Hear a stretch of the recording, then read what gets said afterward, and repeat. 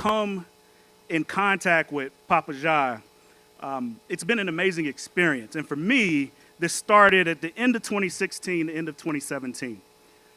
Beginning of 2017. I had just moved to the state. I was working with a foundation here, and a district director of a senator who will go unnamed tonight told me that I needed to meet this guy doing some wonderful community work. And at that time, being brand new, I was like, all right, let's see what this guy's got. And within spending 10 minutes with Papa, I knew that all the work he was doing was way more legit and impactful than many of the things I've seen in my life. I can tell you from somebody who has spent time with him as a friend, as a colleague, somebody who has supported efforts when I lived here, and had the privilege of traveling to Senegal with Papa, that family and community matters. ALG is more than just advocacy. It's more than education. It's more than economic mobility. It's community, and it's family, and it's impactful, and it's one of the best organizations I've had the privilege of coming in contact with. So Papa, thank you for the work that you do. African Leadership Group, all the various members, thank you all for your impact and all the work that you do. You are changing lives. I love it, and I appreciate you. This evening, we have a lot of great speakers, and the next one, who has a privilege of acknowledging some important folks in the room, is somebody who is also a brother to me. I came into contact with Jason Galden a long time ago when I first moved here. He was actually one of the first brothers I met. My boss at the time said, we're gonna go play some golf. And Jason and I showed up. I hadn't played golf in maybe 3 or 4 years, and he didn't make me feel bad about it. And since then, I've had the privilege of traveling all around the country with him, all around the world, and developing a friendship that has transcended just friends, but literally family. So please, welcome Jason Galden to the stage.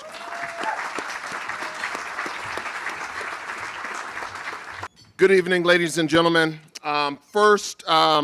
Listen, we want to acknowledge some of the folks in the room, and then we'll get you a formal welcome from the Denver Botanic Gardens. But just to make sure that we acknowledge folks who are here, and if you hear your name, please stand and be recognized. Is Colorado State Attorney General Phil Weiser still in the place? Please, everyone, give a hand to our friend Phil Weiser.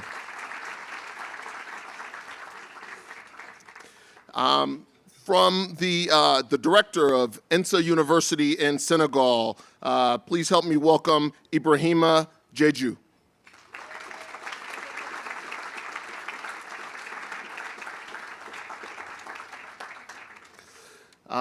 Madam la Directress of the National Agency of Youth Employment in Senegal, Madam Sina Gay.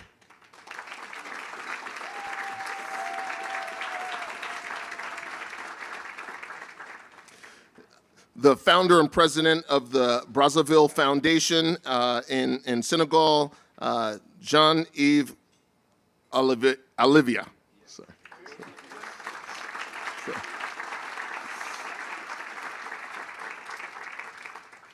The mayor of a great city in Senegal, please help me welcome Mayor Don Mbeng. No, not here, sorry. And the executive director of the Daniel Serrano Theater, Mr. Elizy Barro Jean.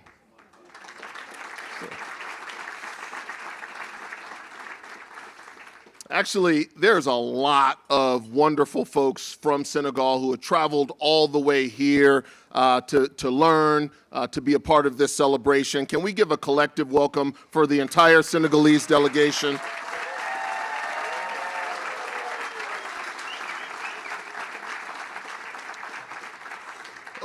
One other tremendous partner of ours at African Leadership Group are the good folks at the Arvada Center, and their executive director, Philip Sneed, is here. it takes so much work and so much passion to do what ALG is doing. And so to all of the staff, volunteers, partners, and community members, we just want to thank you so much. And I know another person who would like to acknowledge the great work of ALG, and that's the CEO here at Denver Botanic Garden, our dear friend Brian Vogue. I believe he is unable to be here tonight, but in his stead, I believe we have some opening words from Jennifer. Jennifer, please, if you could help us give a warm welcome. Hello. It is such an honor to have such a full tent here tonight. Thank you for bringing back Afrik Impact for its 9th year here at Denver Botanic Gardens. I'm Jennifer Riley Chetwynd. I'm the Director of Marketing and Social Responsibility here, and I'd like to recognize my colleague Phil Douglas, who is the Director of Horticulture. And the two of us had the very good fortune to travel with Papa and Astu to Senegal last year and are embarking on an urban greening and urban farming initiative that we're just so thrilled to see the possibility progress. And I'd like to thank our visitors from Senegal who we're collaborating with on this initiative. Papa, the impact that you and the African Leadership Group make here in Denver is so tremendous, and we, Denver Botanic Gardens, just are so fortunate and honored to be partners with you. And thank you for bringing us along on these adventures, but helping, also allowing us to help make an even bigger impact. We really do feel like it's a family endeavor, and you made us feel like we were family when we were in Senegal, so thank you so much for that. Welcome everyone to Denver Botanic Gardens, and keep coming back. We welcome you with open arms. Thank you so much. Ladies and gentlemen, tonight is made possible because of the generosity of many, many sponsors. You see them in the program, you will see them on the screens, and you'll hear more about them later in the program. But right now, I want to tell you a little bit about our title sponsor, our Breaking Barriers sponsor for this event. That is none other than the Thierry O'Leary Foundation. They do great work, and rather than me telling you all about the great work, I'd rather instead someone more qualified. And that is our great guest speaker for tonight. He is a renowned businessman. He is a proven and beloved leader, civic leader, but I think he prefers the simple title of citizen. But the reality is he's a great community leader, and I want him to come to the stage and address us this evening. Will you please help me give a warm ALG welcome to our friend, Mr. Kent Thierry.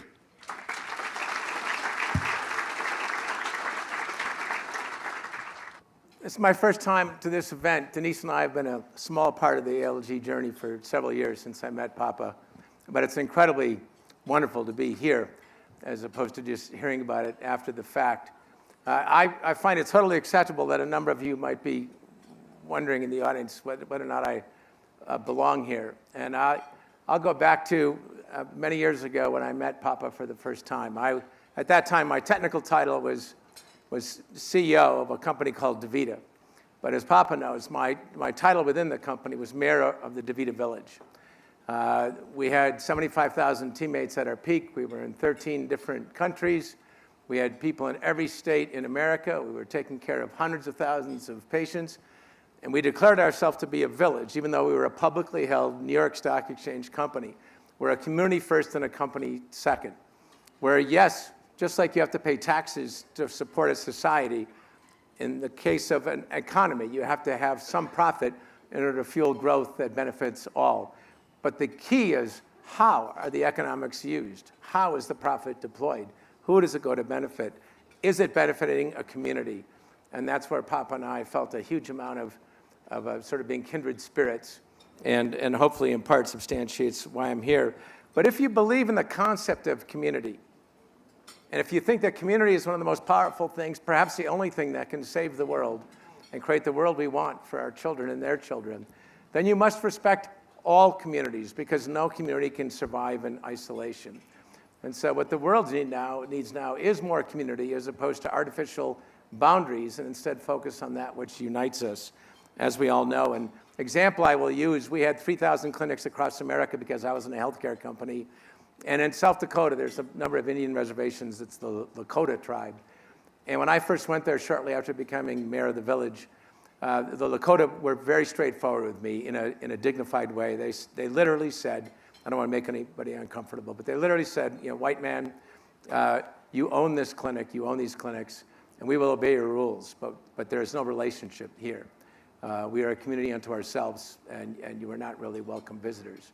And that was a reasonable point of view, given how the company had conducted itself in a relatively morally sterile way. Responsible, but relatively morally sterile. As the next year went by, and we demonstrated how much we wanted to become a part of the community, how we shared our hopes, our fears, our aspirations, the challenges of improving clinical care in a dialysis clinic on a poor Indian reservation, the challenge of actually improving diabetic care and hypertension care so fewer people from the community would need our service. And after 18 months in, when I was in Minneapolis giving a talk, 3 of the tribal elders drove from the Lakota reservations in South Dakota to Minneapolis in order to present to the DeVita village there's the star blanket, which is their second most sacred symbol. And they wrote a note, and it was to the DeVita community from the Lakota community, quote, "We are all related." Let's give Lakotas There's another way in which I might claim some belonging here, which is that my ancestors traveled from another country to come to America and to come and pursue the dream of America. Constance theory, my great-great-grandfather came from Belgium in 1857. He left his wife in Belgium in order to go and explore the dream of America. He did go back and get her a couple years later, just to be safe. And there was a Lutheran pastor called Dames, and together, my great-great-grandfather became the uncle, and the priest was the other sort of official in what then and now is this little town called Theory Dames in northern Wisconsin. And they were very prudent about the kind of buildings you need to build back in the 1850s and 60s to create a great society. My great-great-grandfather donated land to create a church, to build a church, no doubt under pressure from Pastor Dames.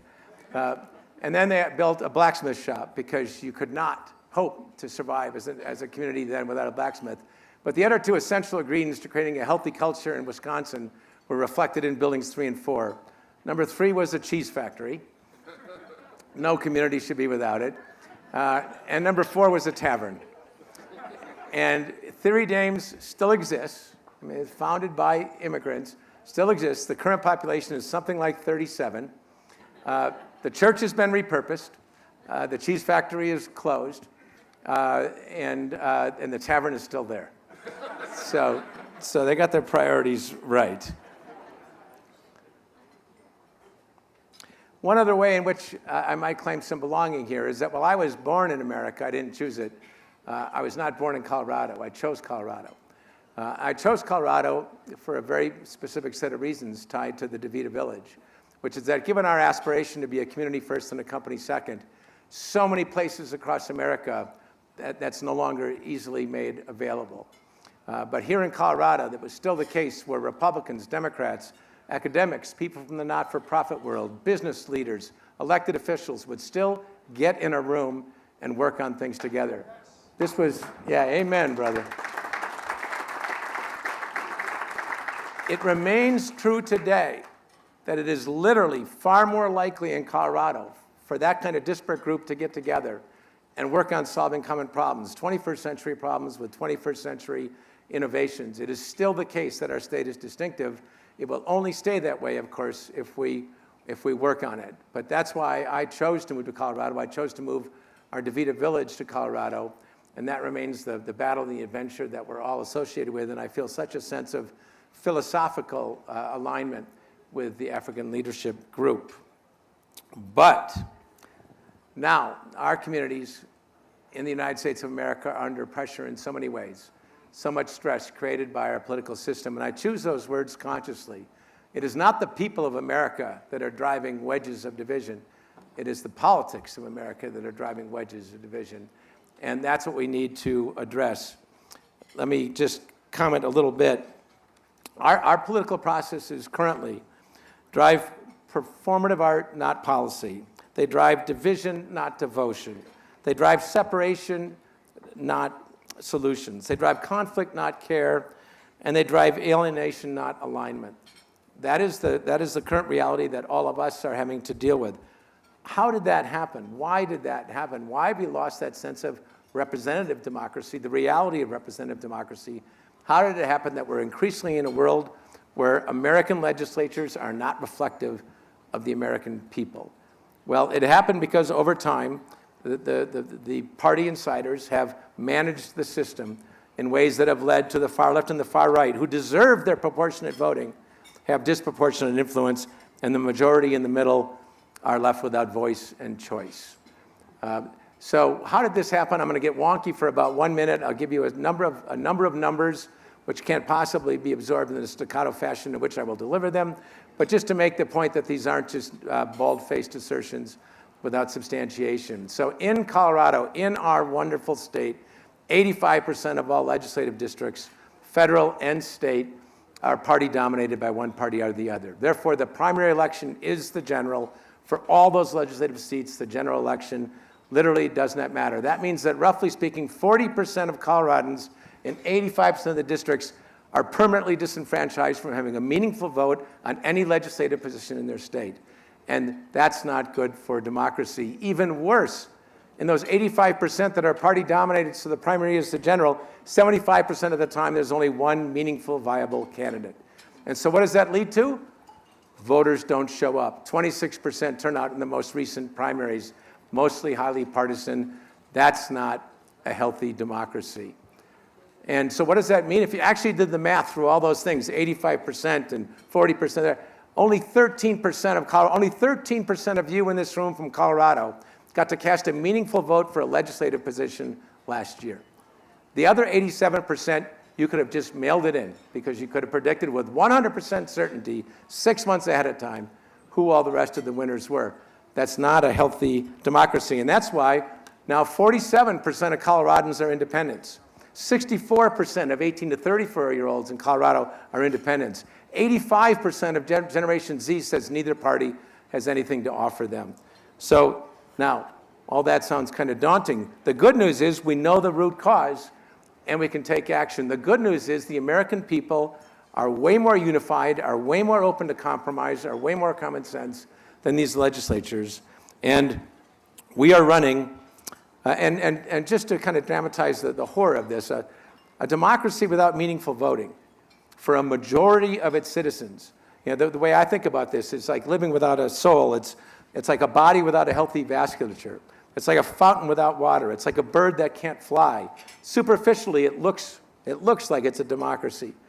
But underneath, for all those legislative positions, it's literally nothing. If we were sitting in a room 100 years ago, someone said, let's design a great democracy, and someone walked in with our current numerical reality, we would say, we're not interested in that. It's not a good democracy.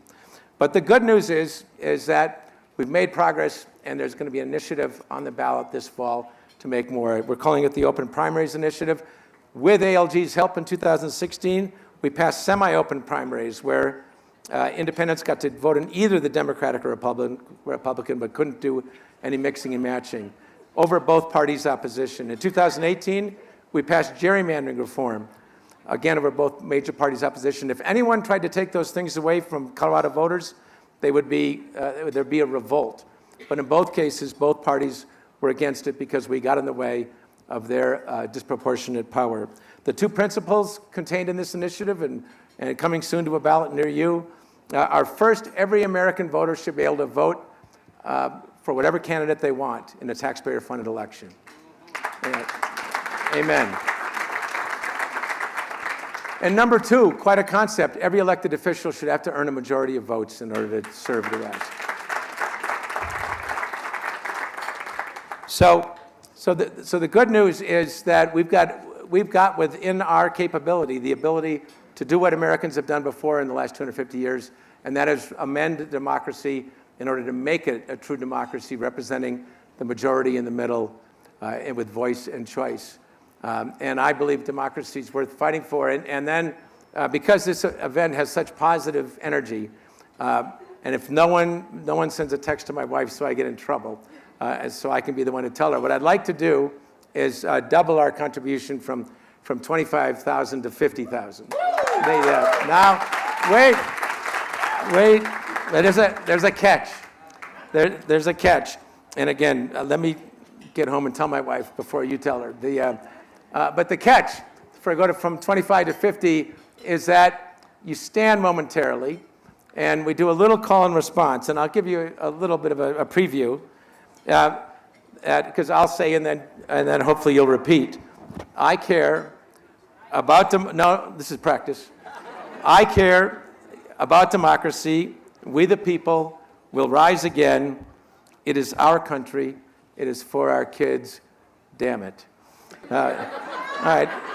So would you please stand? And at least 75% of you have to stand, or we don't get the extra money. Okay. 1, 2, 3. I care. About democracy. We the people. Will rise again. It is our country. It's for our kids. Damn it. Okay, thank you. So Denise and I will happily double our contribution to this beautiful group. And then I'd like to close, because there have been other times that, and this will take about 2 minutes, there's other times where our country has been at risk, where the stresses and strains in our society have been extreme. And if you don't mind going with some of the old language, in the words of Abraham Lincoln, the Gettysburg Address. Whew. And I'll try to get this right. fourscore and 7 years ago, our fathers brought forth on this continent a new nation, conceived in liberty and dedicated to the notion that all men are created equal. We are now engaged in a great civil war, testing whether that nation or any nation so conceived and so dedicated can long endure. We are met on a great battlefield of that war. We are here to dedicate a portion of the field to those who gave their lives that the nation might live. It is altogether fitting and proper that we do this. But in a broader sense, we cannot dedicate, we cannot consecrate, we cannot hallow this ground. The brave souls, living and dead, who struggled here have consecrated it far beyond our poor power to add or detract. What we say here will be little noted nor long remembered, but the world must never forget what they did here. Rather, it is for us, here, the living, to be dedicated to the unfinished work that they who fought here have thus far so nobly advanced. Rather, it is for us, here, the living, to be dedicated to the great task before us, that from these honored dead we take increased devotion to that cause for which they gave the last full measure of devotion. That we hereby resolve that these men shall not have died in vain, and that this nation shall have a new birth of freedom, and that government by the people, for the people, and of the people shall not perish from the earth. Amen, Abraham. Go America. Thank you. Community, politics, outcomes, and my man just recited the Gettysburg Address. Kent, thank you for your passion, your support, and all the wonderful work you do. Let's give him a round of applause, everybody.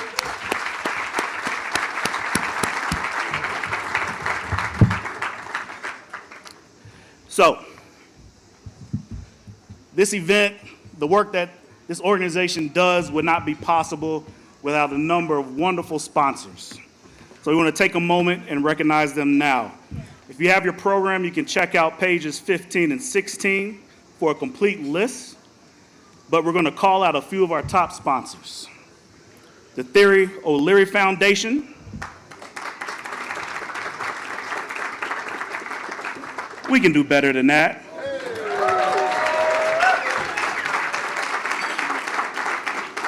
Now remember, do not text his wife.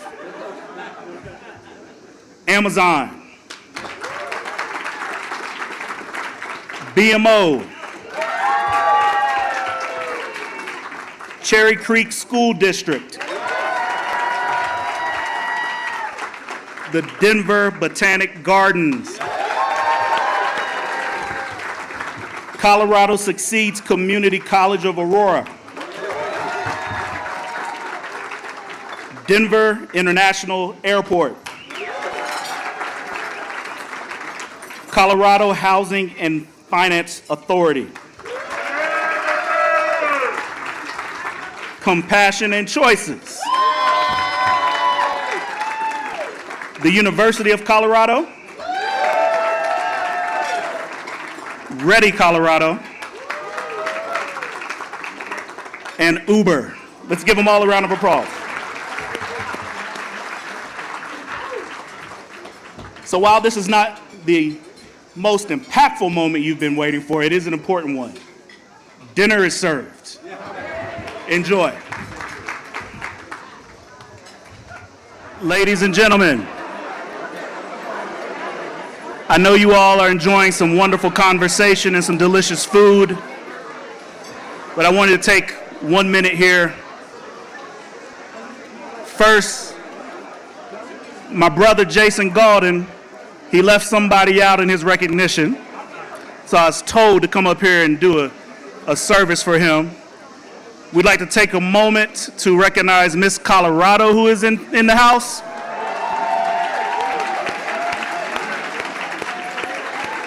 There she goes.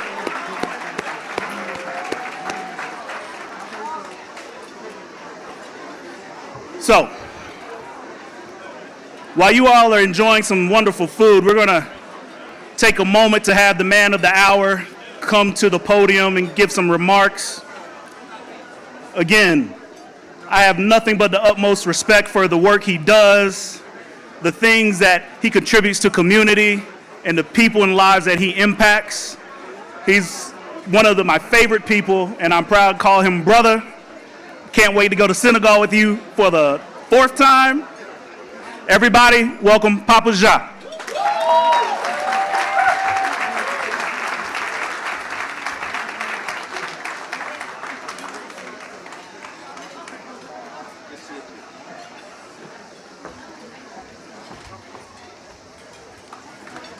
All right, good evening, everybody. Wow, I have the tough job doing some remark while you're enjoying your food. So, hope we'll get through it while you're enjoying your food and I can get your attention at the same time. So I have a lot of things that I would like to share with you this evening. And I have so many guests of honor that are with me this evening. But I would like to introduce our governor, the governor of the state of Colorado. He wouldn't be able to be here physically, but he had a video recorded message that he had for us, and I would like to play it for you. If I can get your attention to listen to the Governor Polis, the governor of the state of Colorado. Thank you. Good evening, everyone. I'm Governor Jared Polis. Today and every day, we celebrate Colorado's vibrant African community and their valued contributions to our economy, our culture, and our future. The African Leadership Group, under the leadership of Papa Dia, continues to make a huge impact on the African immigrant community and a positive impact on the state of Colorado as a whole. Thank you to the many people whose hard work made this event possible, and to the delegation visiting from Senegal, welcome to Colorado. In Colorado, we know that diversity is our strength. We're proudly home to a strong, vibrant population of immigrants and refugees. As governor, I've worked since day one to build a Colorado for all where every person, no matter who they are or where they come from, can succeed. ALG's high-impact work helps turn that vision into a reality for new arrivals to our state. Over the past year, ALG has played a key welcoming role in supporting new arrivals to Colorado from Africa, with English language courses, health screenings, housing opportunities, and a long list of meaningful services that make a real positive difference in people's lives. In honor of the many contributions to our state and in celebration of this great event, I'm proud to share the following proclamation with the people of Colorado. Whereas during African Immigrant Month, we celebrate our accomplishments, annually highlight our community champions, and underscore the importance of our ongoing civic commitment. Whereas during African Immigrant Month, we showcase the positive contributions of African people in Colorado. But whereas we seek to honor the African community's positive impact across Colorado and celebrate the diversity that they contribute across our great state. Whereas during the month of August, we recognize the value of African immigrants and to Colorado's cultural and economic strength. Therefore, I, Jared Polis, Governor of the state of Colorado, do hereby proclaim the month of August 2024 as African Immigrant Month.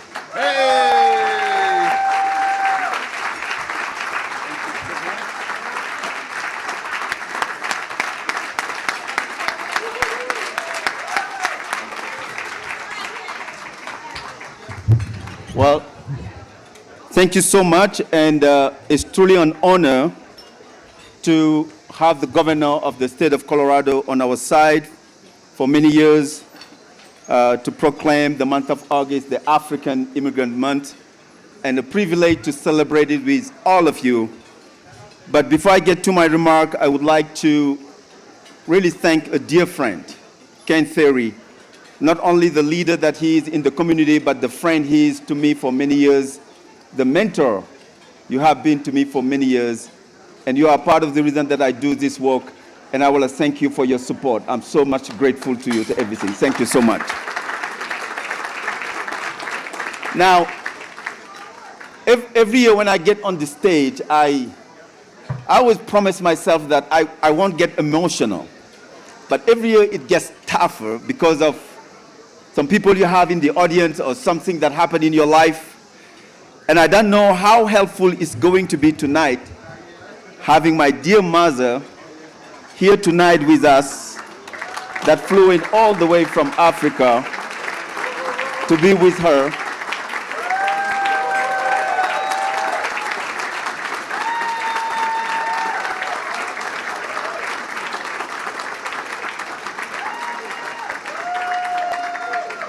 Now, this woman raised 13 of us of her own and 25 with the entire family. Obviously, I don't know how she did it. But if I am the person I am today, as you know, it's thanks to her.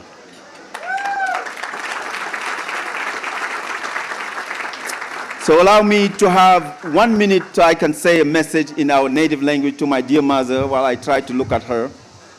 And yes, so pray for me that I won't cry on the stage like a baby. But when you do that for your mom, it's okay. So madama laaj audience bi ñaan leen ñu may ma am benn message.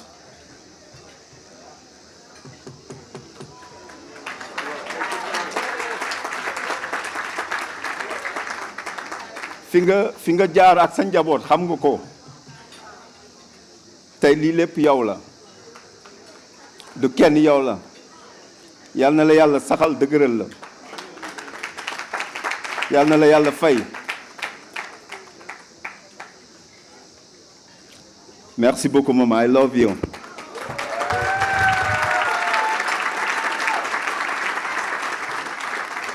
Now, I don't know if it's going to get harder or easier, but I have my lovely wife here.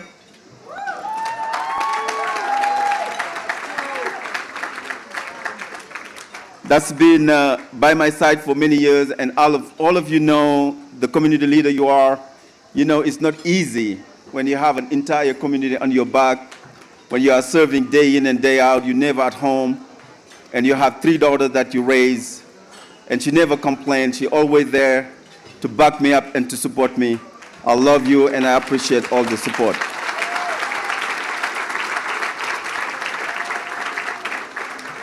Now, I remember when my first one was born, a lot of people used to tell me, enjoy it, it will go by fast. And 2 weeks ago, I had to send off my oldest one to college. And yes, it went by fast. And she was not able to be with us as she's off to Howard University in Washington, D.C., pursuing her dream. And she was very lucky to be raised by such a beautiful community. And I have my second daughter here, Fama. And I have Matu. I love you, ladies, and thank you for everything. Now, as you know, every year there's a theme that comes along with African Impact. So last year, the theme was breaking barriers and building bridges among all people. And this year, the theme is connecting communities, cultures, and continents. And this evening, I really want to take the time to talk about those 4 C's that we talk about: connecting communities, cultures, and continent. Now, and most of it, Katie already mentioned it. And I know the board chair of the African Leadership Group, Fish, will always tell you, don't let the name fool you. Because when you hear the name, you might think it's only about African. But in fact, it's about people. And now when we talk about connecting, we know a lot of people sometimes can use this word, but sometimes can really be challenged on how to go about it. How do we connect people? How do we bring people together? I want you to take a moment to look around you or to look at the person that's sitting next to you. You might have that answer. And that's what the African Leadership Group is doing. We are all about connecting people to bring them around the same table to talk about issues that matters to us. Not to us as human beings, but to us as communities. Now, communities is the next C, connecting communities. As we know, communities can mean so many different things. A basketball team can be a community. Davida can be a community. People from the same background can be a community. But at the same time, we all can be one community.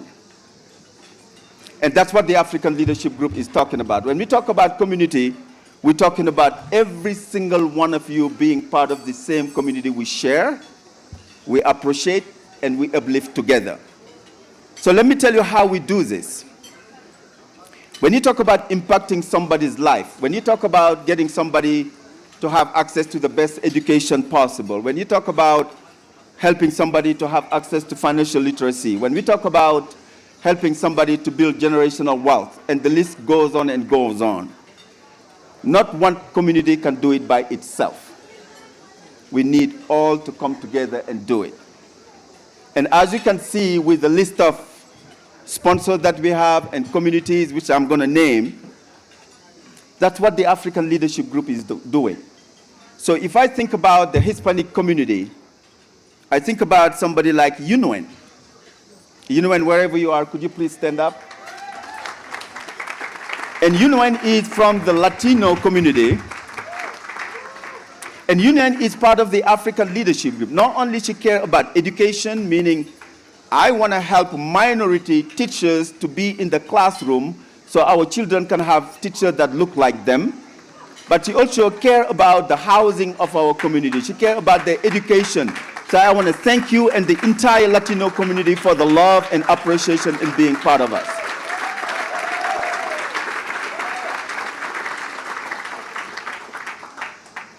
Talking about community still, let's talk about the Black community. I hope you couldn't help it to notice that our MC tonight, even though he's been to Senegal 4 times, but he's a Black American. A brother that I've known for many years, that uplifted me, that supported me. But if you are looking for communities, we will never come together. If you look at somebody like Jason Golden, that I met on the step of the state capitol in 2016, today we are one family. I think about Brother Jeff, I think about Dr. Malcolm, I think about Selena, I think about Bianca, I think about Omar. The list can go on and on and on. I cannot thank enough the Black community for the support, the love, the appreciation, because we're standing on the shoulders of Dr. Martin Luther King, of the President Obama, to be able to do everything that we are doing today. So we are extremely grateful to all your support and embracing us to allow us to be part of this amazing, great nation.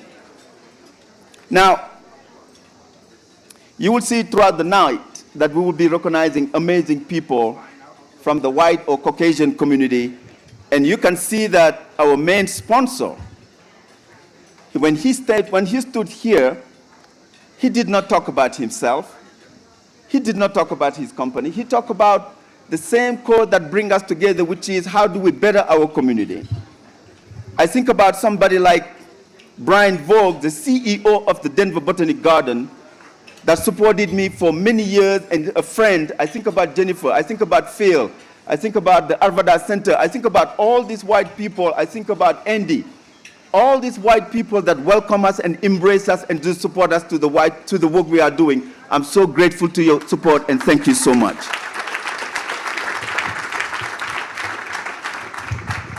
Now, if you were here last year, that you will see that we did a poem called I Am the Bridge. And we have 7 different communities that perform that poem. Now, a mentor of mine for many years and a business partner is from the Jewish community, Mr. Kavalis. Somebody now that claims to be more Senegalese than I do because he spent so many time in Senegal. I think about Alan, I think about Susan, I think about all those people from the Jewish community that embrace us, that support us. So I want to thank you for everything, for the support. We love you and we appreciate you.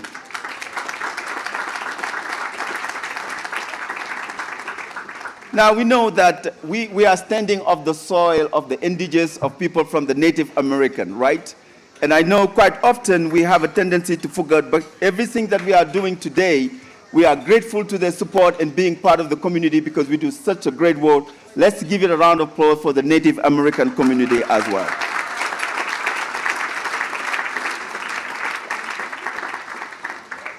Now, this is what the African Leadership Group is about. So it doesn't matter who you are, where you're from, what you look like. We are all one community and we share that love and that appreciation. My ask of you when it comes to communities, please don't let the politician divide us. Don't let the politics divide us. Because we're all human beings. And I know in the core of ourselves, we all love and appreciate each other. So the best thing we can do for ourselves and for our children, every single day when we step out of the house, to leave the house with love and appreciation.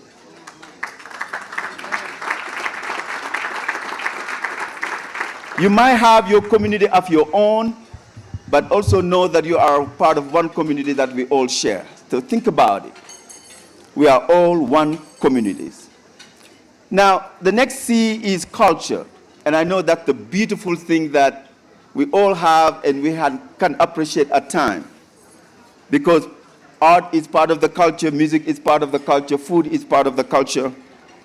But what I noticed is sometimes it's so difficult for us to go out of the culture that we are so used to embrace a different culture, which can be normal at times. But we got to give it a try, to try other culture, to embrace other culture. And when I think about culture, I think about my friend from the Taste of Ethiopia. Nebu, where are you? Where are you staying? So thank you so much for being here. We have a great partnership with the Taste of Ethiopia where we come together and we celebrate each other.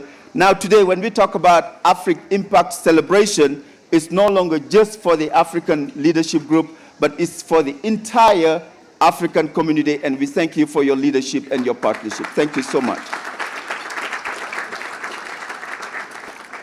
Now, as Katie mentioned, all of us, somehow in our ancestry, our parents, our grandparents, they all left one nation to come to this great country to seek for something.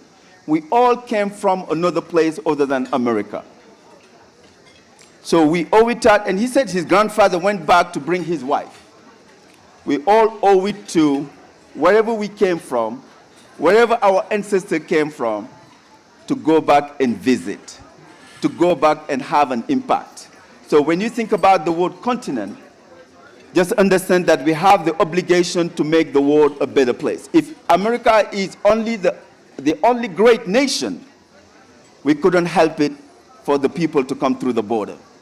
Because people have the right to seek betterness, people have the right to seek better living, If we can give it to them where they are, they would not feel the need. It's my duty, it's our duty to reach out with a hand and help those people. So with that, I want to thank the entire delegation that came from Senegal. It's truly an honor. Please help me and give them a round of applause and a warm welcome. And this delegation, they are here to establish partnership and collaboration for the youth of Senegal. None of them will feel the need to travel out of the country because they can better that nation, and together we can do it. Thank you so much for taking the time to be here. I appreciate you traveling. Now, I want to leave you with this tonight. Everything we do, education is at the center of everything. From advocacy, from tutoring program, from sending our kids to college. And with that, I want to thank CU Boulder for being here. The Chancellor is here. Thank you so much for your support. We look forward to the partnership. And Tony, I don't want to put you on the spot, but I have to. I am heading to a CU Buff game. And if any of you is nice to me, I might invite you along. But thank you so much. But education is key. Either we are creating some type of certification program, or we are making our school system a better school system, or we're making sure that the teachers we have in the classroom, they are equipped to do their job, or we are preparing our kids to head off to college. We cannot build this nation, we cannot build the youth, this country without the youth. So it's an obligation and a duty for all of us to keep in mind and focus on the children so we can build this nation and build the world. I officially want to welcome you to the 9th Annual Afrik Impact Celebration. Enjoy your time, support the work of the African Leadership Group, support the work of this community so we can do our part when it comes to building this great nation and the world. Thank you so much and enjoy. Thank you. Brian, I'll give it back to you, Brendan. Thank you.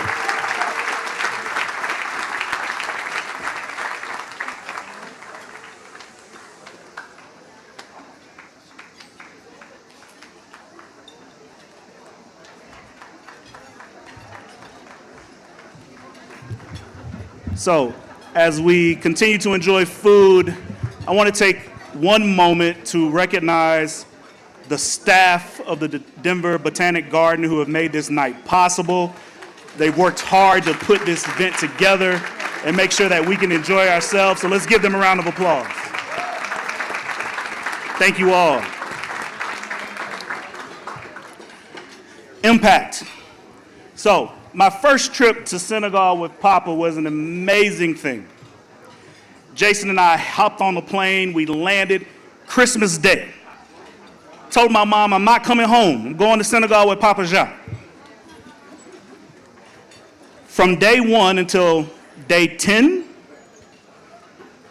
it was high-level meetings, government officials, business owners, opportunities to dig deep into culture and spend time with people, learning on the ground. Papa talked about his mom, a mother's love, his wife, her family, their support. I wanted to thank you because she hosted us at a dinner. We went to go sing happy birthday to one of Papa's daughters, and she said, nuh-uh. Papa's sisters, they started cooking 3 hours later. We were still there enjoying their hospitality. Impact. We had a dinner that night. New Year's Eve. Jason and I were so full, and Ibu could probably remember this. We were so tired from the impact Papa had on us that we fell asleep at dinner, like completely knocked out on the couch. And I came home and I told my friends about how amazing of a time I had. And that trip still drives some of the things I do in my life today. It's stories like that that we want to bring when it comes to impact. And we know that the African Leadership Group is a mission-driven organization. It's about positively impacting people's lives day in and day out. So, we have an impact story for you. Please help me welcome Hefe Tabare Isiaku.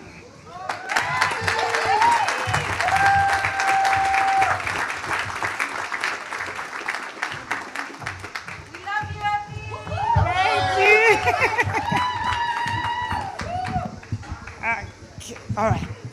Good evening, everyone. How are we doing today? Awesome. Thank you, thank you, thank you.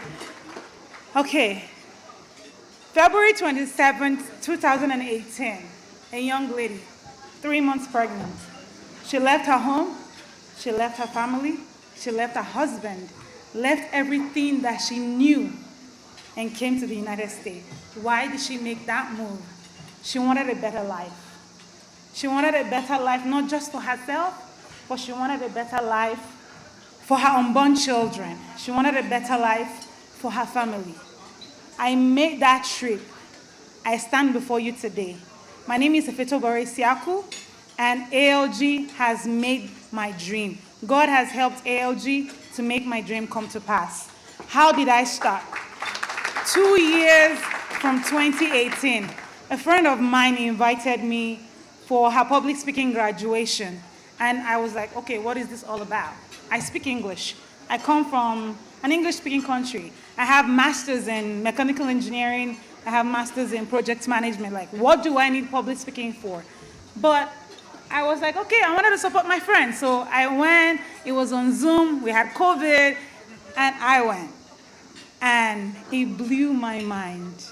That was my journey to ALG. I signed up for the next public speaking class. I did not end there. I went for their business entrepreneurship class, and that I even won a grant for that, from that. So ALG has done wonderful things. Like, they have done wonderful things for me. I did not end with business entrepreneurship class. They have this initiative, home ownership. I don't know how many of you have heard it. Miss B is in the house. I went for that program because, first of all, I was undocumented. I only had my work authorization. I felt I wasn't qualified, right? When you don't have information, you are held captive. You are held bondage. You know, you don't know where to go. You don't know your directions. So I went for that program, and I was like, okay, what do they have to give me? And believe you me, ALG held my hand, from telling me how I can improve my credit score, for telling me how I can get a bank to loan me money. You know, they gave me all the steps that I needed till I bought my first home. This is a girl who came from Nigeria, not even thinking, to be honest with you, I didn't think I was gonna buy a house when I came here. I was like, I was just gonna work, make money. But I got a house. And my 4-year-old daughter at that time, when we collected the key, my 4-year-old told me, Mommy, I am proud of you. That made my day. So I want to say thank you to ALG. I want to say thank you to everyone sitting in this room, because you made that dream come true. You made that dream come true. You made it happen. Every donation that you made go a long way. And to cut the long story short, when I lost my 9-to-5 job, remember, I went for a business entrepreneurship class. I started my own balloon decorating business. When I lost my 9-to-5 job, guess what? I fell back. I fell back to my business. 2 years counting, I am still a business owner. And this is because ALG held my hand. They did not only give me contracts, they gave me leads. People like you that could invest in me so that I could provide not for only myself, I could provide for my family. So my ask for you today is take a chance on us. Take a chance on ALG and let somebody else stand on this podium next year to tell you their impact story. So I want to tell you all, thank you, have fun, and have a great evening.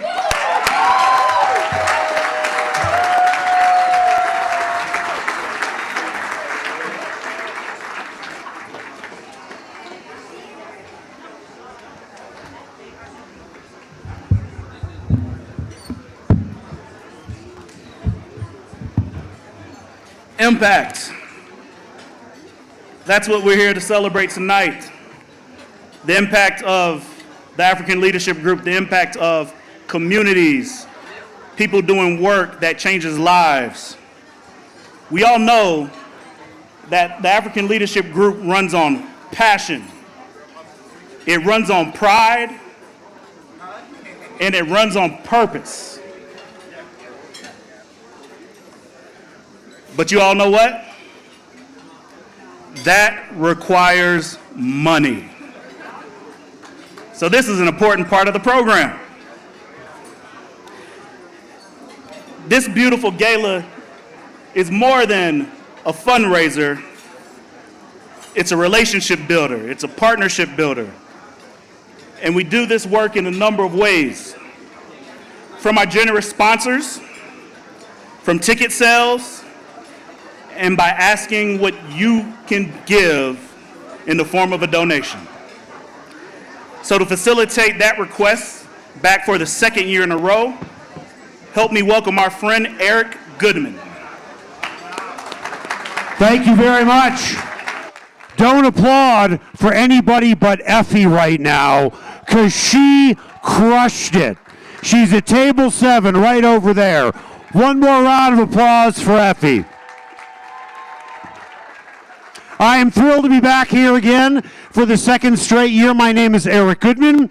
We are raising money tonight to fund 13 different initiatives. One of them, if I can have everyone's help.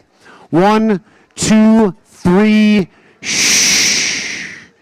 If you can hear me. Thank you. We are funding 13 different initiatives tonight. One of them is health and wellness. For every $1,000 that we raise tonight, it will help newcomers, like Effie was, with medical and dental services, mental health services, and legal help. Effie told you how past fundraisers, like last year's fundraiser, allowed her to stand here tonight. And we hope with your generosity, you will allow somebody else to stand here next year. This is called the paddle raise. All of you have a number in your hand. If everybody can grab that number, and let's practice raising our paddles. Can we, everyone together, as a team, as a community, can we all practice raising our paddles in the air right now? Thank you. And I hope you will raise your paddle one more time tonight. With that, if I can have everyone's help, you have had a great dinner tonight, great hors d'oeuvres. It is an open bar. You heard what Kent had to say. The leader and the founder of the Village of Davida. Great keynote tonight. You have been entertained tonight. But now we have a chance and we have an opportunity to raise money for ALG. With that, we are going to work together as a team. We are going to work together as a community. And using Kent's words, we are going to work together as a village to raise money. We are not going to ask one person to carry us tonight. If I can have everyone's help over here so the people over on this side can hear as we're trying to raise money. Thank you. I'm not going to ask one person to carry us tonight. Not going to ask one person to raise their paddle at $40,000. It's a big ask, I know. But I can tell you how we can easily raise $40,000. We have 400 people in the room tonight. We're eventually going to get down to the $100 level. A level that I think most everyone in this room could raise their paddle for. If everyone raises their paddle at $100, that's $40,000 we will raise if we work together as a team. Can we do that tonight? Can we do that tonight as a team, as a community? With that, will somebody start us off at $10,000? I know it's a lot of money, and I also know it's a lot of impact for the African Leadership Group. That's okay, because we're going to raise a lot of money tonight. With that, we weren't able to get somebody in at 10, and that's cool. Can we get 2 people to team up at $5,000 to get us that 10? Can we get 2 people to team up? Who will start us off at the $5,000 level?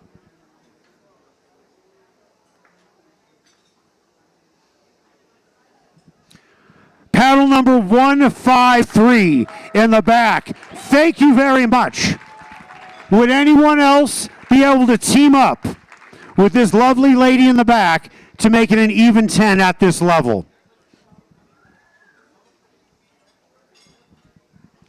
Give yourselves a round of applause. We've just banked $5,000 for ALG.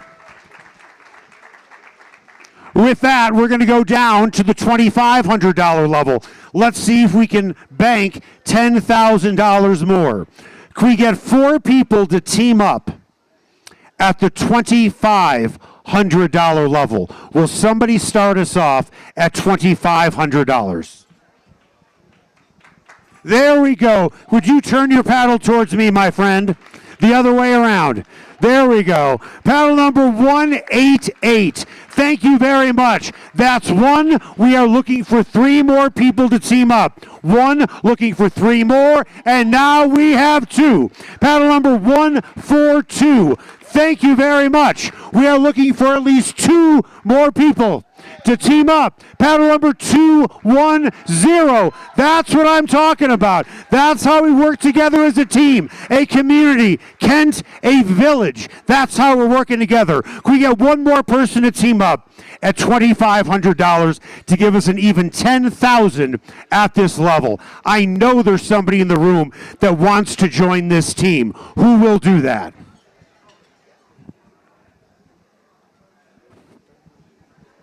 Paddle number 152. That's what I'm talking about. That's what I'm talking about. We have just banked $15,000. Give yourselves a huge round of applause. Okay, we're going to go to the $1,000 level. Let's team up here. Can we get at least 5 people to team up at the $1,000 level? That will get us to 20. Hopefully we make more off of this level. Who will start us off at $1,000? We're looking for 5. Paddle number 217. Thank you. Paddle number 214. To the gentleman in the back. Thank you. That's 2. We are looking for 3 more people to team up at the $1,000 level so we can get to an even 20, and now we have 3. Thank you very much, the lady in the beautiful pink dress. Thank you very much. Can we get 2 more people to team up? We have 3. We are looking for 2 more people to team up at the $1,000 level.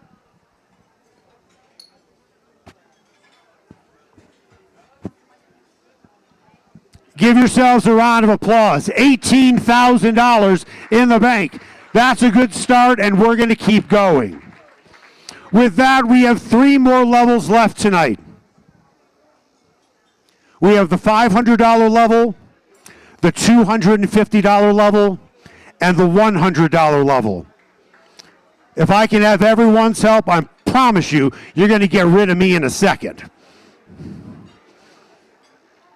We have 3 more levels left. Some of you came here as a guest tonight of someone else because ALG means so much to them. So, in honor of the person that brought you tonight, we are asking you to raise your paddle in the honor of the person that brought you here because ALG means so much to them. We are at $18,000. Can we get at least 10 people to team up at the $500 level so we can bank another $5,000? Who will start us off at $500? Thank you very much. Do I know you? Paddle number 289, thank you. Paddle number 166, thank you. Paddle number 124, thank you. Oh, my lovely wife. Paddle number 205, thank you. By the way, Kent, my wife who just raised her paddle is a VP in your old village. Good thing she's getting paid. She just donated $500. Paddle number 169, thank you. Do I know you? Paddle number 170, thank you. You're going to put in 2 more, Kent? 2 more 1,000, so 2,000. Okay, so what we're going to do is, Kent said he would like to donate 2,000 more. So that means now we have 10 people in at 500 to make it an even 5 thanks to the $2,000 donation. Can we get at least 5 to 10 more people in at the $500 level? Paddle number 235, thank you. Let's keep it going. Paddle number 115, thank you. Paddle number 307, thank you very much. In the back, paddle number 297, thank you. That's 14. Can we get at least 2 more people to raise their paddle at the $500 level? That will give us 8,000 at that level, and now we are getting close. Paddle number 300, thank you very much. Can we get 1 more person to raise their paddle at the 5, and there you ask and she will receive. Paddle number 113, thank you very much. That is 16. I'd be remiss if I didn't ask for 4 more to make it an even 20, to give us an even 10,000 at that level. Would anyone else like to team up at the $500 level? Give yourselves a round of applause. We have just banked $26,000. We should, I like to set reasonable goals. Okay? I think not only should we hit 30,000, we should scream right past it with that. If we can get 16 people to team up and raise their paddle at the $250 level, we will hit 30,000 on the nose with the $100 level left. Who will start us off at $250? Paddle number 150, thank you. Paddle number 128. Paddle number 156, thank you. Paddle number 105. Paddle number 182, thank you very much. That is 5. Now we have 6. Paddle number 213, thank you very much. We have 6. Can we get at least 2 more people at this level at $250? That will get us to, there we go. Paddle number 224, thank you very much. Paddle number 190, thank you very much. That's 8. Now we have 9. Papa Dia's table is really crushing it tonight. Paddle number 168, thank you. That's 9.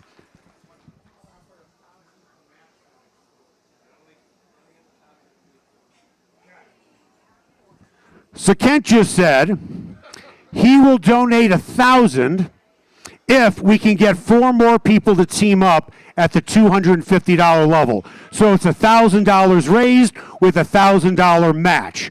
We get 4 more people to raise their paddle at $250. And he did say this will be a one-time match at this level.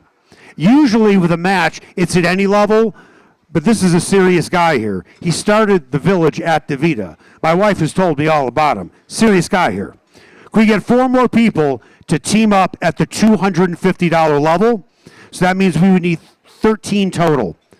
We need at least 4 people. There we go. There's 1. Paddle number 305. Who will team up? That's 1. Can we get 3 more people to team up at the $250 level? Paddle number 126. Thank you very much. Now we need 2. DeVita. VP founder. I like the way this works. Honey, paddle number 205. Thank you very much. Now we have 3. Can we get 1 more person to get this match? But we got to get the match. We have to have 1 more person or we don't get the match. We get money, we get $750 more. Can we get 1 more person at $250?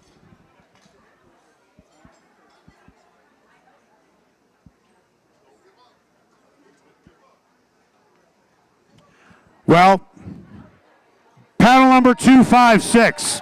Thank you very much. Give yourselves a round of applause.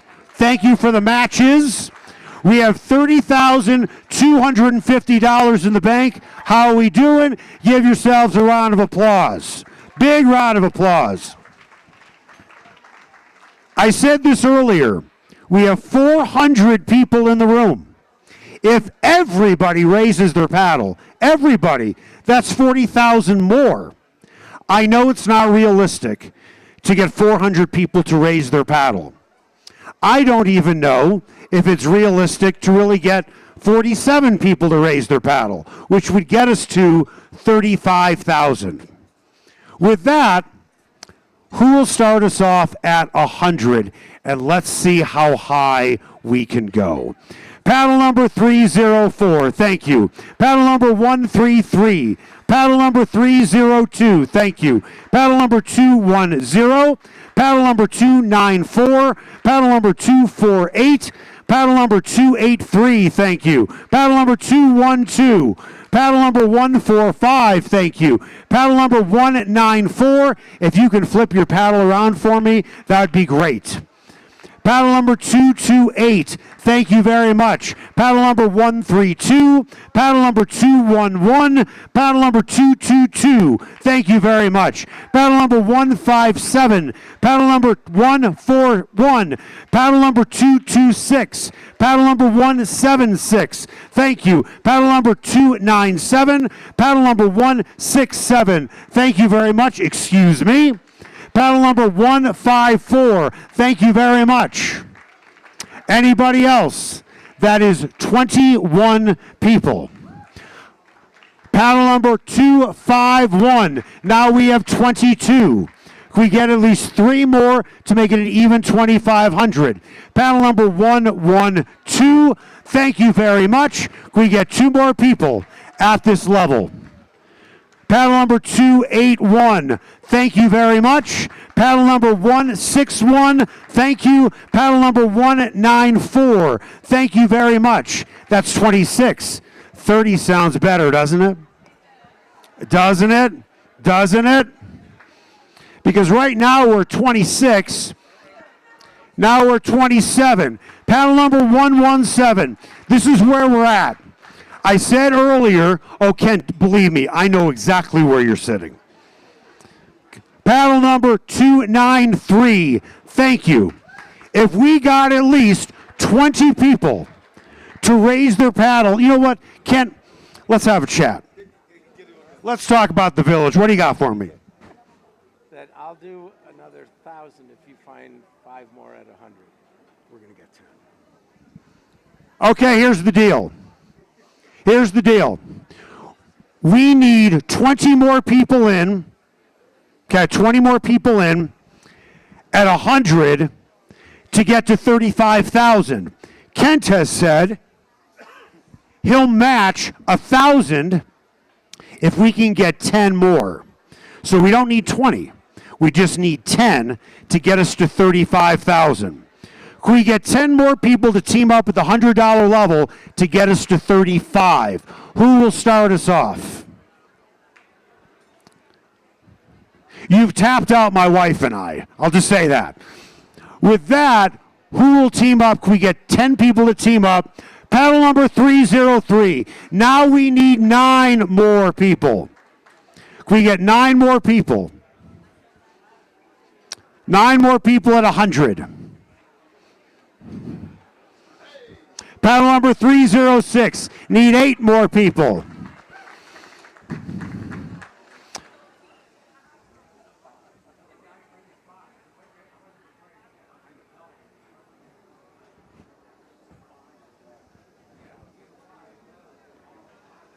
We need at least 3 more people. Come up here real quick. Paddle number 179, come on up here. Come on up here.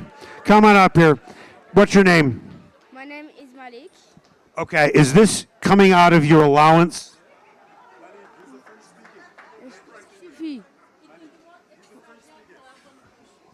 When he does his chores, you probably pay him. Is that what this is coming out of, this donation? It is? Elle demande, est-ce que l'argent que tu vas donner aujourd'hui, est-ce que ça vient de ton argent de poche? Okay. Thank you for your donation. Appreciate it. My man. My man. Can we get 2 more people in at the $100 level, and Kent will do a $1,000 match. 2 more people in at $100. Paddle number 297. Thank you very much. Looking for 1 more. And then you can get rid of me. Can we get 1 more person in at this level? And then you'll never have to see me again. Paddle number 175. Thank you. We got 5 people. Thank you to Kent. That's 1,500 at that. And we give yourselves a huge round of applause. We just raised $34,500 for ALG. Give it up, give it up. Congratulations. Thank you so much. My name is Eric Goodman. I hope to see you next year. Thank you.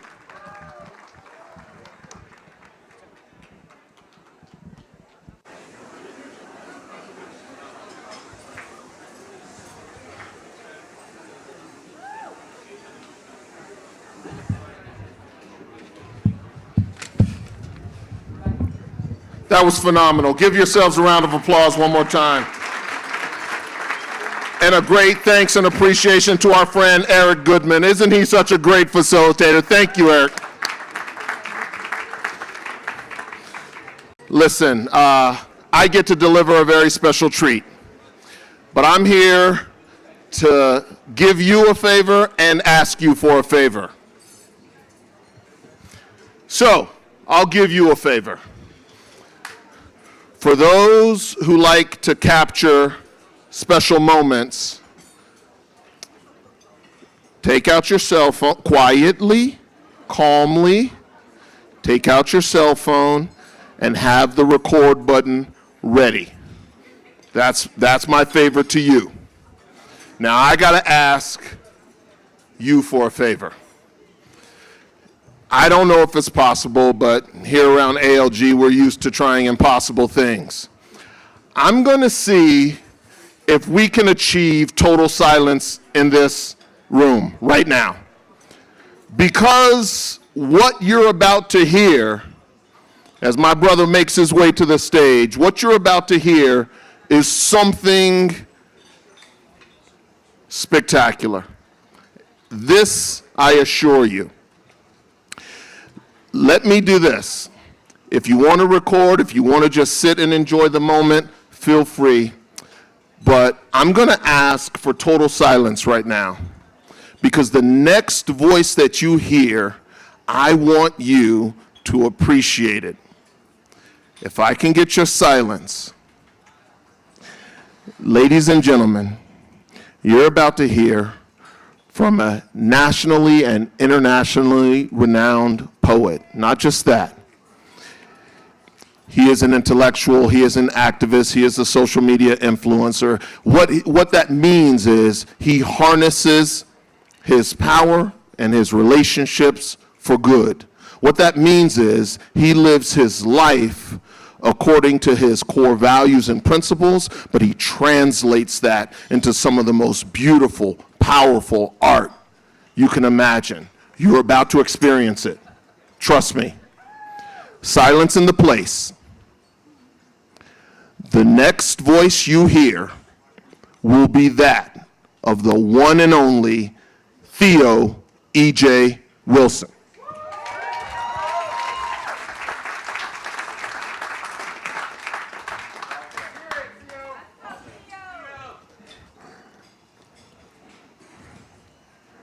No pressure. Give Jason a round of applause. I gotta lighten the mood. And I gotta thank you for allowing me to share my gift. This poem is about Black Americans connecting to the continent after so long, and the desire that we have to find ourselves a home. This is called Redemption Song. And it goes like this. I sat in that theater, wishing Wakanda were as real as the tears on my face. Tasting like the ocean I was stolen across. This 2-hour movie awakened and aching, 400 years in the making. I come from a people who never asked to be black. A word as foreign to our tongues as the whip was to our backs, forced to wear our race like a badly stitched trauma bond, and wonder why our unity keeps falling through the cracks. But my DNA test is a compass that points to Africa. Not a skin color racists project their shadows onto. I am Killmonger with a kind heart, not trying to conquer a kingdom, just this aching feeling of being abandoned. Wondering if Africa is a mother that has forgotten my smile, even when my teeth are arranged in her rhythm. How I have dreamt of her lost tribal dances and tried to break dance them back into being. Search for ancestral campfires in the flames of a Brooklyn trash bin. Does Africa know that her abducted child is still a miracle? Alive despite 400 years chained to America's promises in the basement of a broken dream laughing. Spray painting graffiti in bent English until it spells my original name. Beating black and white piano keys into the blues that color my sorrow. Can you hear me, mama? Tickling this ivory back into elephants. Hammering this wood from this colonizer's cross into the ark that will sail me back to your shores.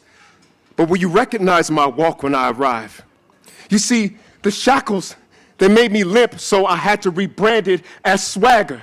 But I stuttered a step when they told me that I wasn't stolen because you sold me for muskets and 30 pieces of silver, that our family was broken by a betrayal on a biblical scale, and the thought that nightly haunts me is that you didn't even want me.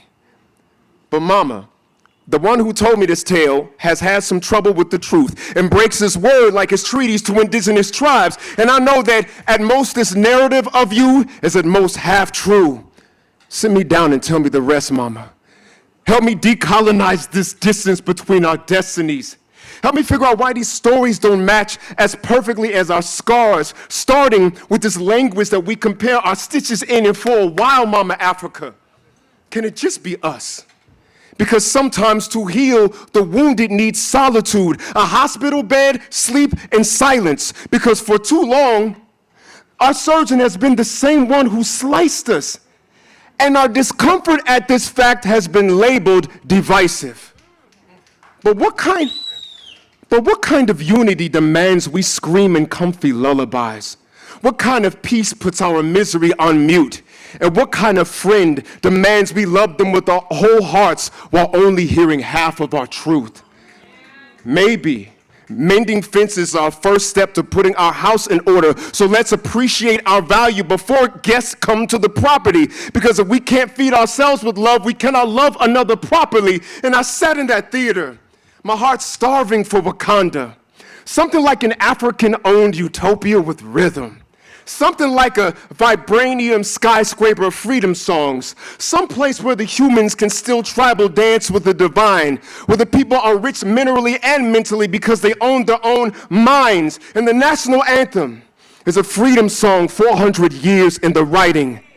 Imagine Africa with her identity and economy intact. Imagine her streets free of clutter and corruption. In fact, imagine cutting-edge tech is what defines you as black. Where the people welcome our guests and missing children miracles back. Because the symphony of humankind is incomplete without the rhythm section strong. Africa reunited in conducting mankind's redemption song. Thank you.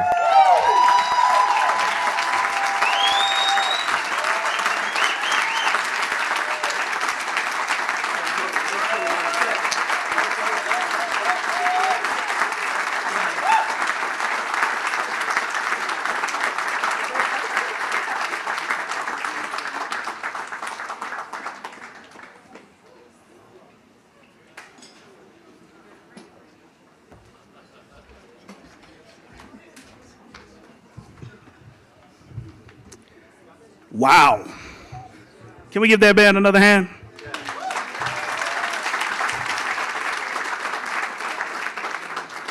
So, where's Eric at? Is Eric Goodman still here? Eric, a little birdie told me that we have an anonymous donor who's going to cap us off at $40,000 with the $5,550 gap. So we hit our target today. Thank you all. I think we all understand that the organization is only as strong as its people. And the people who work to serve its mission. And every year, here in this place, we take a moment to provide some special recognitions to some people who have made outsized contributions and positive impact to the African leadership group community. So, want to bring back my brother and my friend, Papa Ja, to present some awards.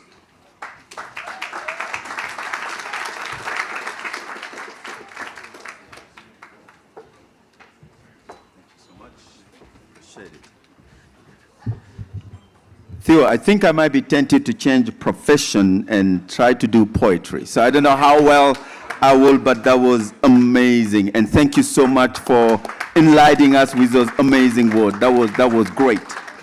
Now, as Brendan mentioned, I know sometimes you hear my name in the community, but I have so many amazing people that are doing way better than me, and we want to seize the opportunity every year to recognize these people, because the work that we are doing is only possible because of the contribution that they have in the community.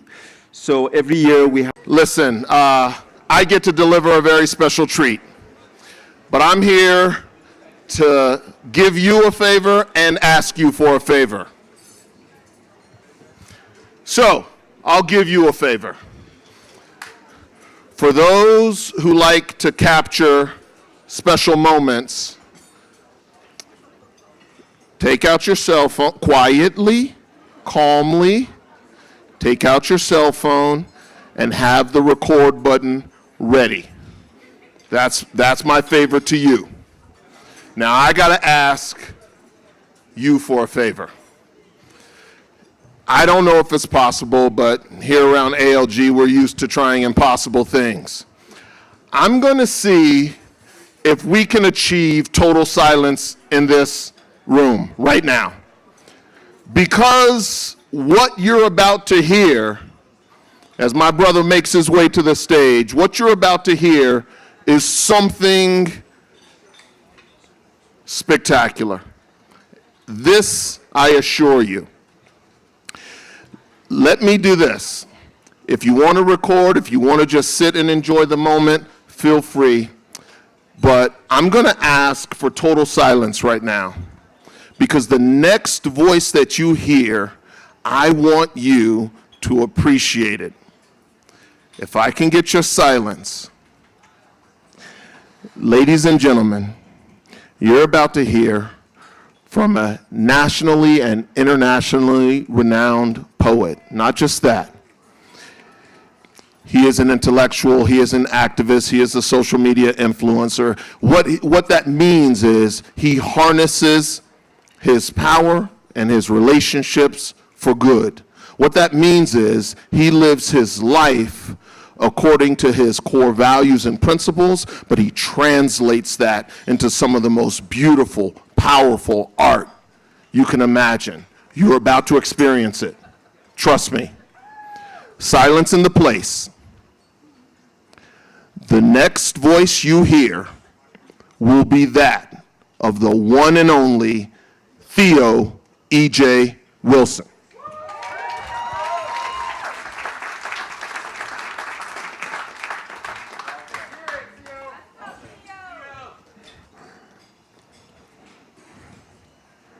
No pressure. Give Jason a round of applause. I gotta lighten the mood. And I gotta thank you for allowing me to share my gift. This poem is about Black Americans connecting to the continent after so long, and the desire that we have to find ourselves a home. This is called Redemption Song. And it goes like this. I sat in that theater, wishing Wakanda were as real as the tears on my face. Tasting like the ocean I was stolen across, this 2-hour movie awakened an aching 400 years in the making. I come from a people who never asked to be black. A word as foreign to our tongues as the whip was to our backs, forced to wear our race like a badly stitched trauma bond, and wonder why our unity keeps falling through the cracks. But my DNA test is a compass that points to Africa. Not a skin color racists project their shadows onto. I am Killmonger with a kind heart, not trying to conquer a kingdom, just this aching feeling of being abandoned. Wondering if Africa is a mother that has forgotten my smile, even when my teeth are arranged in her rhythm.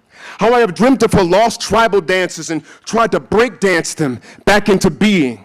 Search for ancestral campfires in the flames of a Brooklyn trash bin. Does Africa know that her abducted child is still a miracle? Alive despite 400 years chained to America's promises in the basement of a broken dream, laughing. Spray painting graffiti in bent English until it spells my original name. Beating black and white piano keys into the blues that color my sorrow. Can you hear me, mama? Tickling this ivory back into elephants. Hammering this wood from this colonizer's cross into the ark that will sail me back to your shores. But will you recognize my walk when I arrive? You see, the shackles, they made me limp, so I had to rebrand it as swagger.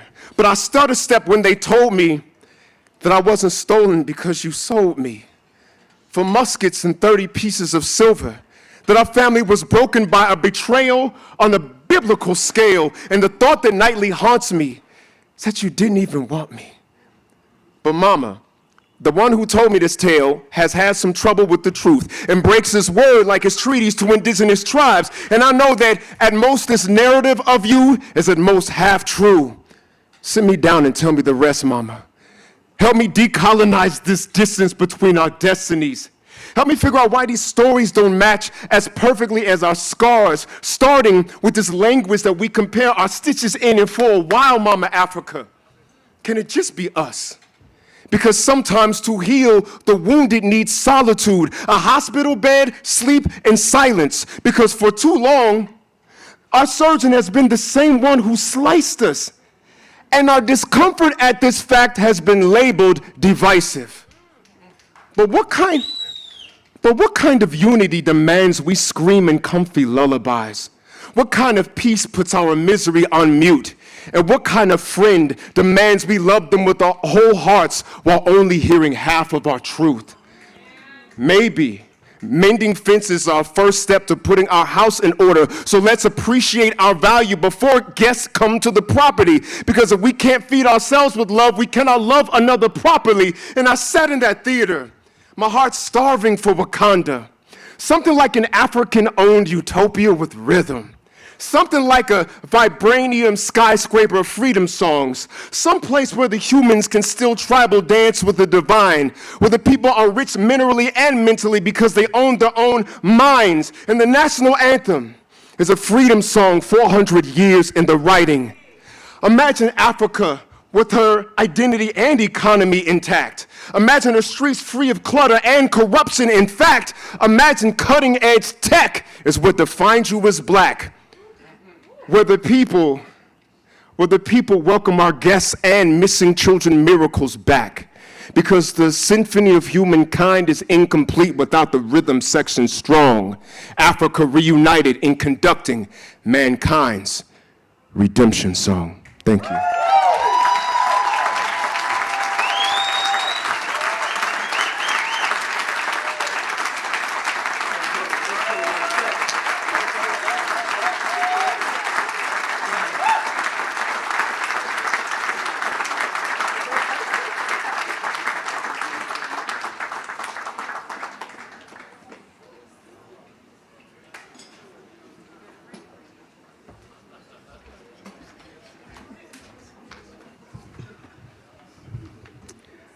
Wow.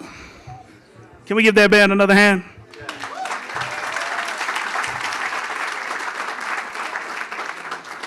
So, where's Eric at? Is Eric Goodman still here? Eric, A little birdie told me that we have an anonymous donor who's going to cap us off at $40,000 with the $5,550 gap. So we hit our target today. Thank you all. I think we all understand that the organization is only as strong as its people. And the people who work to serve its mission. And every year, here in this place, we take a moment to provide some special recognitions to some people who have made outsized contributions and positive impact to the African leadership group community. So, I want to bring back my brother and my friend, Papa Ja, to present some awards.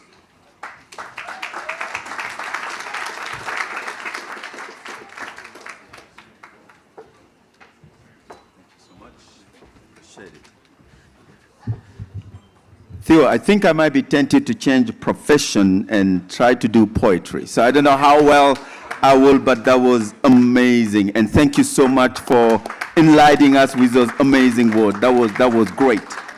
Now, as Brendan mentioned, and I know sometimes you hear my name in the community, but I have so many amazing people that are doing way better than me, and we want to seize the opportunity every year to recognize these people, because the work that we are doing is only possible because of the contribution that they have in the community. So every year we have different awards that we give based on people that have done great things in the community, and we want to seize this opportunity to celebrate them in front of you and to celebrate them with you.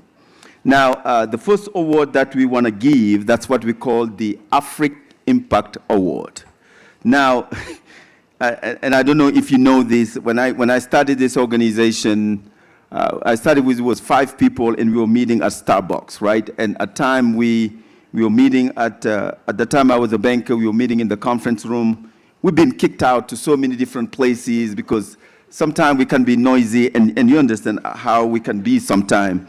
But this person, I remember we had one year, I think it was the first African Impact Award, we were at a place that was not adequate to the thing that we wanted, but he made it a duty and a responsibility to elevate us to the next level by bringing us to the Denver Botanic Garden.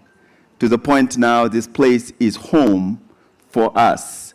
So all the events we do it here. He not only supported us by giving us access to this beautiful venue, but he supported us financially, but he made sure that this venue is home for everybody.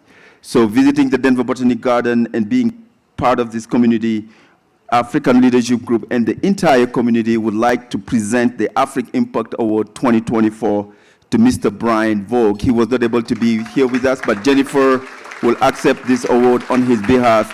But let's, and we are so honored to recognize him. And so it's just great. As you can see, this beautiful venue is home to us now. So Jennifer, please accept this award on behalf of Brian and extend our gratitude to him. So thank you so much. I appreciate it.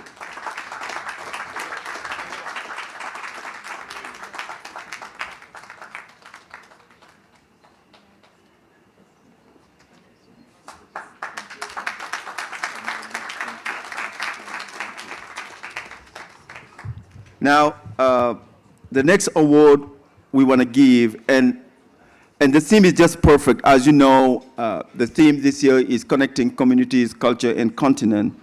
And one of the visions we have at the African Leadership Group is all bringing people together. And we all know sometimes it's easier said than done. And the best way to bring communities together is when you are willing to give space, when you are willing to share your space, when people can come to your own home and feel at home. The next person that I'm bringing, that's what he has done with the community. For the last 4 years, we've been celebrating Cultural Day celebration concert at the Arvada Center.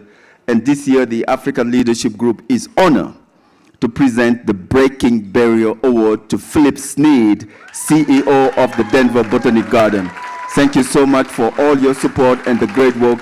And it's a great partnership that we have with the Arvada Center.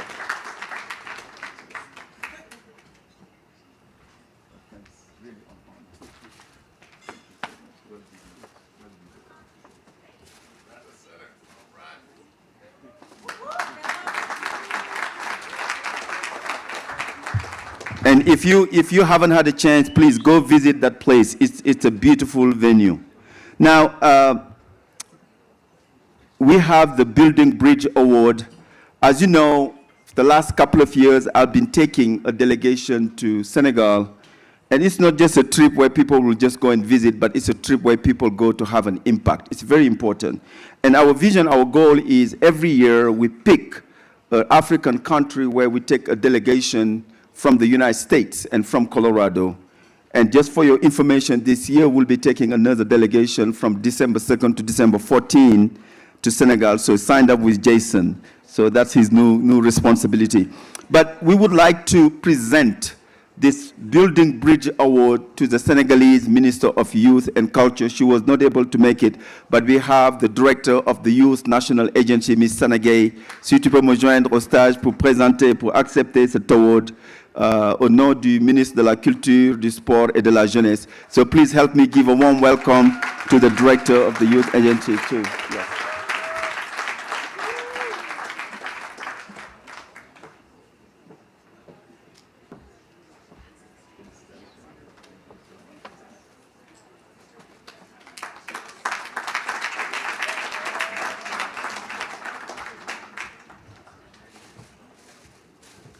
Now, the next person that I'm bringing is very special to the community. When you are taking the responsibility to feed people from the community, when you are taking the responsibility to bring the cultural flavor when it comes to food, and this is somebody that started from the scratch because I watched him, and in our culture, it's seen that men are not supposed to cook. So not only he's breaking all those walls, those misconceptions, this gentleman started a catering company and starting feeding all of us, and we want it, and he's having an economic impact now. He has a business contracting throughout the state of Colorado.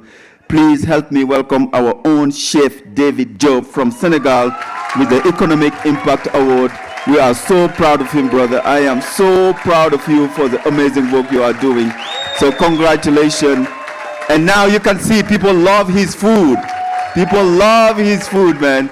Please, and the best way you can support him, reach out to him, contract him, and he will do a wonderful job. Chef David, it's such an honor to present that award to you.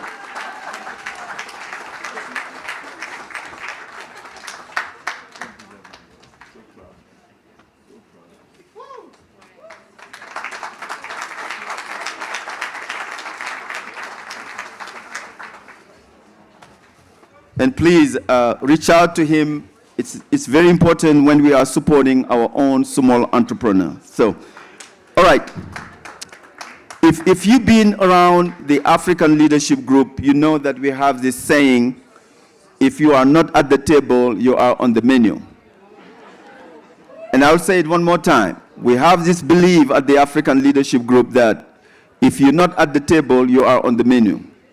As an organization that care about education, that care about advocacy education, we wanted to make sure that we position our community members to have a seat at the table. Now, this next person, we are so proud of her. She is the first African immigrant to run to be the first African immigrant elected for Aura Public School Board of Directors.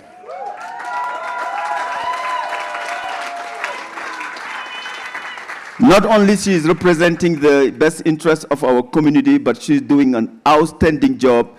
A year in, she was nominated to be the president of the school board of directors. Please help me welcome our own Dr. N. Kiki, that we would like to present the Education Impact Award. So proud of you, my dear sister. So proud of you and well deserved. Thank you so much. Thank you.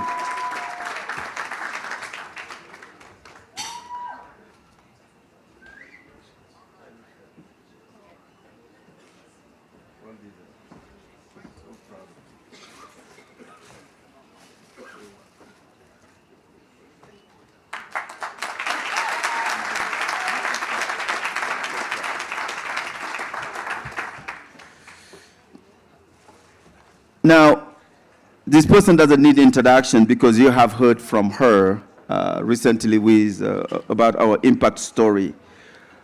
But Effie, I'm so proud of you because I watched you and I've seen you, how you started, how things was so challenging from the beginning. And let me tell you, every class that she has taken it with her daughter. And you will see that she will be taking this award with her daughter because she graduated every single public speaking class and leadership program. So please help me welcome Effie, that we're going to be presenting the Entrepreneur of the Year for the entire African community. So proud of you, Effie, and congratulations. Thank you. Well deserved.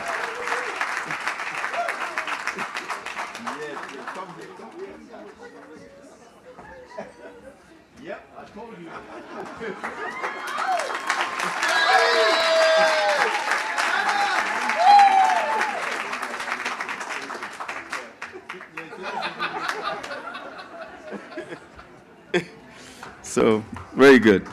So proud of you. Now, all of you know, I mean, as a state, as a city, as communities, we've been working with the recent influx of migrants. And the African Leadership Group been serving 750 migrants from Africa, from Senegal, from Mauritania, from Burkina Faso, from Togo, and this African, they came through the south border, and I couldn't help it to notice that most of the resources was geared toward the South American, which is normal because that's all they knew about. They did not know or imagine that African will go and try to cross the border through Mexico. And the African Leadership Group, for the last year, we've been working to help these people from education, because it's key. We are providing English classes, life skills training, providing food, providing clothing, housing. But most importantly, these people, they decide to be role model citizens. And that's exactly what the African Leadership Group is about. So one of them, Rise to the Top. Anytime we have an event, he show up first, help us set up. He's the last one also to leave. Anytime we need interpretation, he's over there to help us. So we would like to present to Mr. Nurutal the Immigration Integration Achievement Award. So proud of you, Nuru. Thank you so much for everything you do. So proud of you.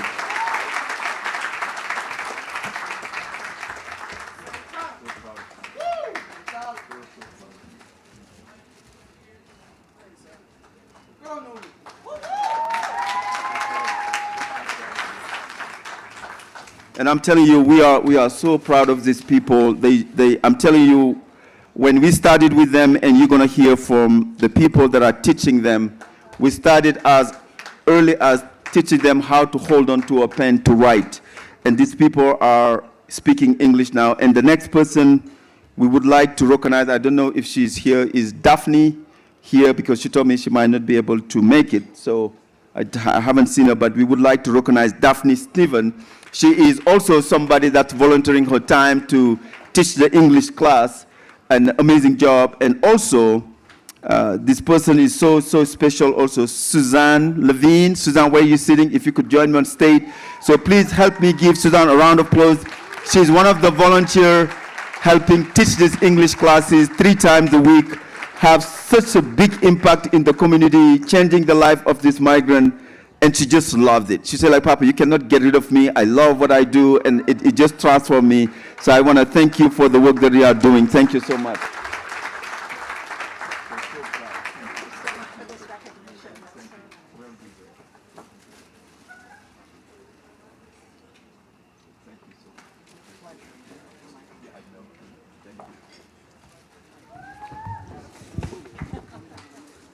Yeah, all these people have an amazing impact in the community. One of the things that we've been working on is to help this migrant to file the asylum case, right? Because some of them are fleeing their country for persecution, whatever the case might be, and it was a daunting task to find out how do we help them to file their asylum cases.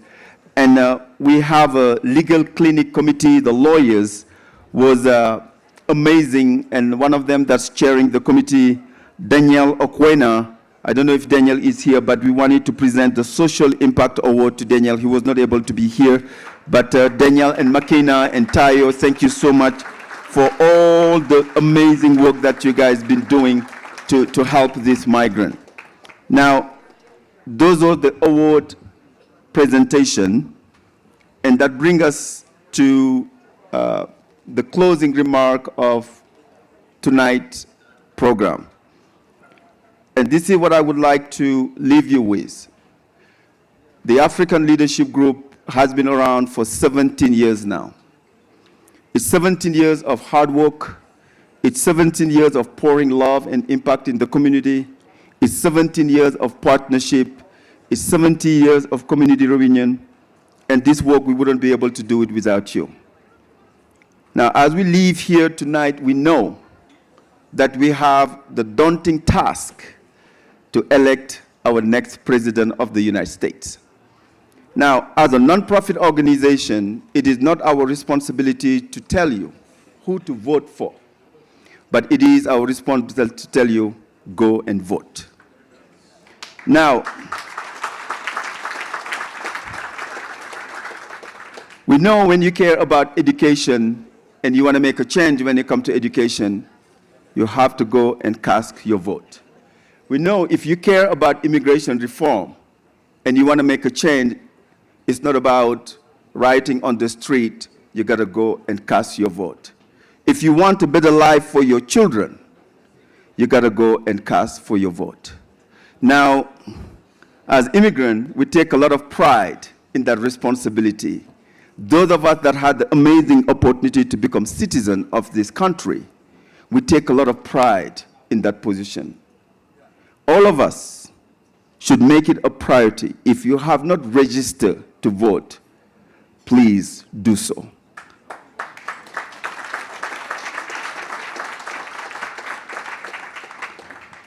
And one thing that as a community we care about, we want people to have different opinion. We appreciate people having different options. But one thing that we can't stand is the division. One thing we cannot stand is to give the power to the politicians to divide us. They don't have that power. We are the one that has that power. We are the one that can set the direction of this great nation. And the only tool that we have is on November 4th to go and cast your vote. Go cast your vote.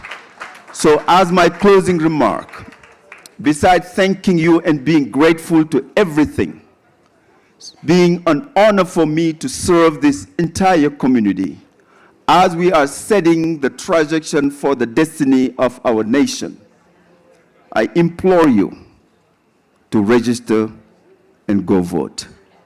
So when we gather next year, we'll celebrate more impact, we'll celebrate more story. I want to thank you. It was truly an honor to have you all. Happy African Immigrant Month. Love you all and appreciate you. Thank you so much.